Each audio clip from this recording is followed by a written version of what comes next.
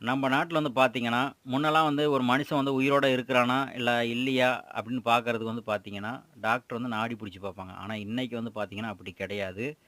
எல்லாமே sim card தாங்க.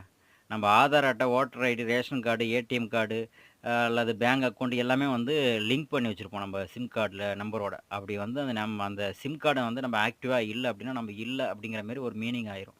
So, அதனால நீங்க வெளிநாடுகளுக்கு வந்தாலும் நீங்க வந்து உங்க சிம்ம வந்து ஆக்டிவா வச்சிருக்கணும். ஸோ அப்படி வச்சிருக்கணும் அப்படின்னா, நீங்க ரோமிங் யூஸ் பண்ணணும். இன்டர்நேஷனல் ரோமிங் அப்படின்னு சொல்லிட்டு எல்லா சிம்முலயும் வந்துட்டு எந்த சிம் நீங்க யூஸ் பண்ணாலும் ரோமிங் இருக்கு. ஸோ அத டாப் அப் பண்ணிட்டு வந்தீங்க அப்படின்னா, உங்க குடும்பத்தாரும் வந்து பார்த்தீங்கன்னா, இந்த இன்டர்நெட் வந்து வயசானவங்க யூஸ் பண்ண தெரியல அப்படின்னா, எங்க அம்மாலாம் வந்து பார்த்தீங்க, "எப்பா உனக்கு காசு கால் பண்ணா காசு போயிருதுப்பா" அப்படிங்க. "எம்மா நீங்க எப்பவுமே நான் ஊர்ல வச்சுக்கிற நம்பர் நீங்க கால் பண்ணுங்கம்மா, கண்டிப்பா கால் வரும்" அப்படின்னு சொல்லிட்டு, நம்ம ஊர் நம்பர வந்து நான் ரோமிங் வச்சிருக்கேன். ஸோ நீங்களும் அந்த மாரி ரோமிங் வச்சுக்கங்க.